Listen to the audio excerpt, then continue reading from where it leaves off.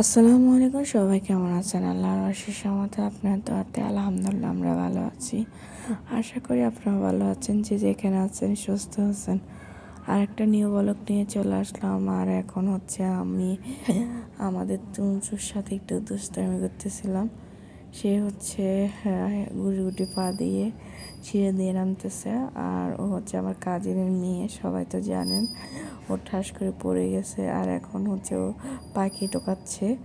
তো আপনারা আমার সাথে থাকুন, ওর কথাগুলো শুনতে থাকুন। মাশাআল্লাহ সুন্দর করে কথা বলে, আর ওর কথাগুলো অনেক সুন্দর, সবাইকে মুগ্ধকর করে দেয়।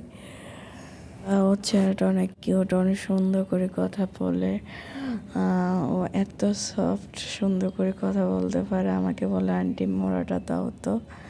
মায়াবী চেহারা দিয়ে মানে সবাইকে একদম কি বলবো পাগল করে ফেলে। এখন বলে যে কি আমি নাকি ওরে কাটার দিতাম, তো ওই কাটার দিলাম। কাটার কাটার কাটার নাই তো, কাটার নাই।